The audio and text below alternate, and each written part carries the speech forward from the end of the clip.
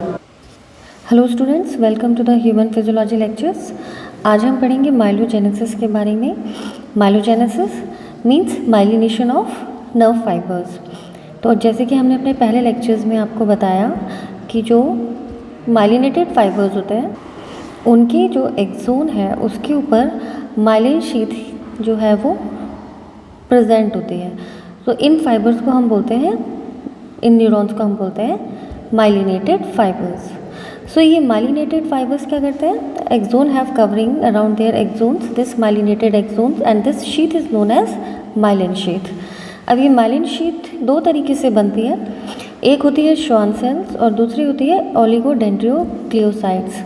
तो Schwann cells होती हैं वो माइलिनेशन करती हैं पेरिफेरल नर्वस सिस्टम में, लेकिन जो ओलिगोडेंड्रोग्लियोसाइड्स होती हैं वो माइलिनेशन करती हैं सेंट्रल नर्वस सिस्टम में।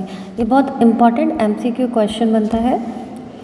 अब हम जानते हैं कि कॉन्स्टिट्यूएंट्स क्या होते हैं। प्रोटीन्स, लिपिड्स और वाटर होते हैं, जिसमें लिपिड्स में कोलेस्ट्रॉल, फॉस्फोलिपिड्स और ग्लाइकोस्फिंगोलिपिड्स प्रेजेंट होते हैं। माइलिनेशन की शीथ की और माइलोजेनेसिस की कंप्लीट डिस्कवरी जो है वो थियोडोर श्वान ने की थी, और जो स्ट्रक्चर के डिस्क्रिप्शन का जो पूरा एक्सप्लेनेशन है वो भी थियोडोर श्वान ने ही दिया था। इसके लिए इनको नोबेल प्राइज़ दिया गया था। Now role of Schwann cells in myelination, हम पेरिफेरल नर्वस सिस्टम की बात कर रहे हैं। तो role of Schwann cell in myelination, सबसे पहले double layers of membrane of a single Schwann cell. एक श्वान सेल, ये एक सिंगल श्वान सेल होती है, ठीक है। तो ये जो श्वान सेल होती है ये क्या करती है? फ्रैप अबाउट 100 टाइम्स तकरीबन ये फ्रैप करती है इस तरीके से एक्सोन को चारों तरफ से, और कवरिंग करती है over 1 millimetre length of the axon, forming a covering of about 8 to 10 micrometre of thickness. और एक्सोन के ऊपर 8 से 10 माइक्रोमीटर थिकनेस की ये लेयर बन जाती है।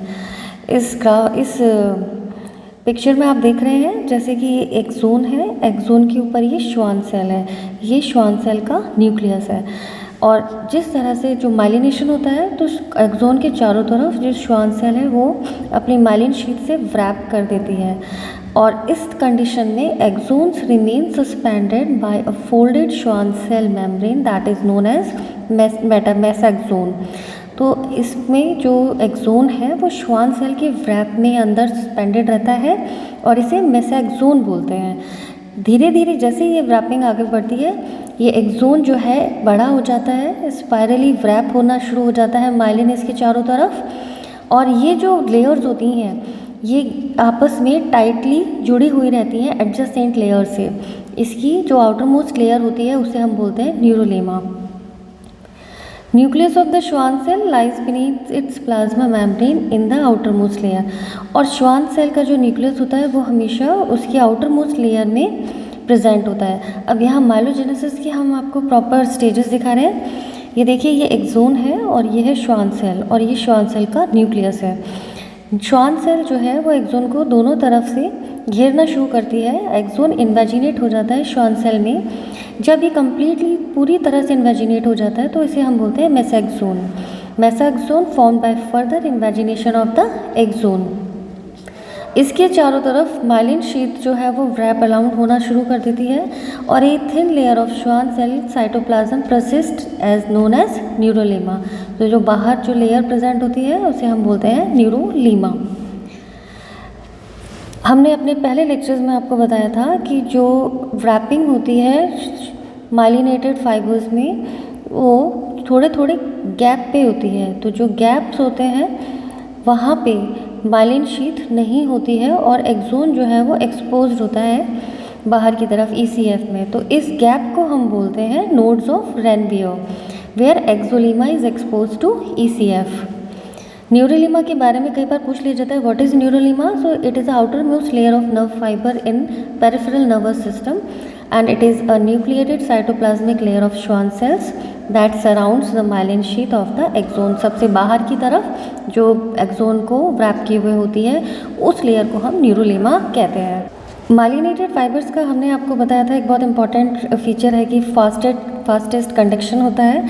चूँकि जो एक्शन पोटेंशियल जो एक्सोन हेलिक में डेवलप होता है इनिशियल सेगमेंट ऑफ एक्सोन के पास, सो वहाँ से जो एक्शन पोटेंशियल है वो आप एक जो नोड्स ऑफ रेनवियर है उसके ऊपर से होता हुआ आगे की तरफ बढ़ता है। तो इस कंडक्शन को हम बोलते हैं सैल्टेटरी conduction. So the action potential travels from one node to another node. It is known as saltatory conduction, and due to this saltatory conduction, the velocity is very fast in myelinated axons.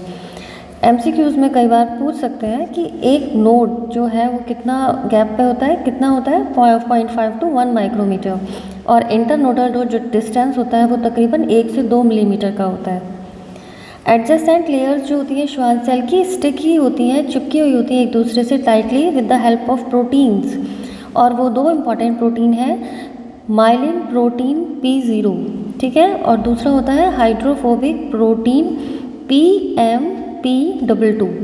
किसी भी वजह से अगर इसमें कोई भी mutation हो जाता है या कोई ऑटो इम्यून रिएक्शन हो जाती है तो इसकी वजह से जो है ये रैपिंग जो है वो टाइटली एक दूसरे से अडहेर नहीं हो पाती है, और इस कंडीशन को या इस डिसीज़ को हम बोलते हैं गुलेन-बेयर सिंड्रोम। ओके, क्या बोलते हैं? जब माइलिन प्रोटीन 0 P0 या हाइड्रोफोबिक प्रोटीन PMP22 में कोई भी ऑटोइम्यून रिएक्शन या म्यूटेशन हो जाता है तो इससे पेरिफेरल डीमाइलिनेशन न्यूरोपैथी हो जाती है, और पेरिफेरल डीमाइलिनेटिंग न्यूरोपैथी को हम बोलते हैं गुलेन-बेयर सिंड्रोम। इसमें एक दूसरा इम्पॉर्टेंट MCQ क्वेश्चन कई बार पूछ लिया जाता है, that is also an important MCQ question, कि म्यूटेशन अगर माइलिन प्रोटीन के जीन में हो जाता है सपोज, तो this cause peripheral neuropathies that disturb the myelination and cause axonal degeneration. तो माइलिनेशन तो करता ही है ये डिस्टर्ब, यानी पैची डिस्ट्रक्शन होना स्टार्ट हो जाता है या फिर टूटना शुरू हो जाता है या प्रॉपर नहीं बन पाता है, लेकिन साथ साथ में एक्सोनल डिजनरेशन भी हो जाता है, और इस डिसीज़ को हम बोलते हैं चारकॉट मैरी टूथ डिसीज़। इसको भी MCQs क्वेश्चन में पूछ लिया जाता है, तो कंफ्यूज ना हो। जब प्रोटीन 0 PMP22 में म्यूटेशन होता है तो गुलेन-बेयर सिंड्रोम होता है, और जब जीन में म्यूटेशन होता है माइलिन शीथ प्रोटीन के तो चारकॉट मैरी टूथ डिसीज़ होता है। मल्टीपल स्क्लेरोसिस ये एक अलग तरीके से इम्पॉर्टेंट नोट है इसमें कि due to patchy destruction of myelin, ये एक ऑटो इम्यून डिसीज़ है and cause decrease conduction velocity in both motor and sensory neurons. और मल्टीपल स्क्लेरोसिस के ऊपर मेरा एक अलग लेक्चर आएगा जिसमें मैंने कंप्लीट इसके बारे में डिस्क्राइब किया हुआ है। नेक्स्ट है कि timing of myelination during development के दौरान कैसे माइलिनेशन का टाइमिंग रहता है, कि जो सेंसरी फाइबर्स होते हैं डोर्सल कॉलम के, ठीक है, first get myelinated at 4th to 5th month of the intrauterine life, यानी यूट्रस में जब बच्चा होता है तो चौथे से 5वें महीने में ही डोर्सल कॉलम के जो फाइबर्स हैं वो माइलिनेटेड होना स्टार्ट होते हैं।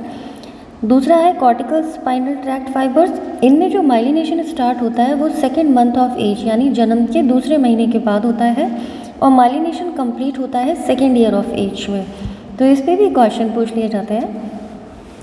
Now functions of myelination, it increases the speed of conduction, it reduces the energy expenditure by the cell, it provides a protective covering to the axon, it is responsible for the color of the white matter of the brain and the spinal cord।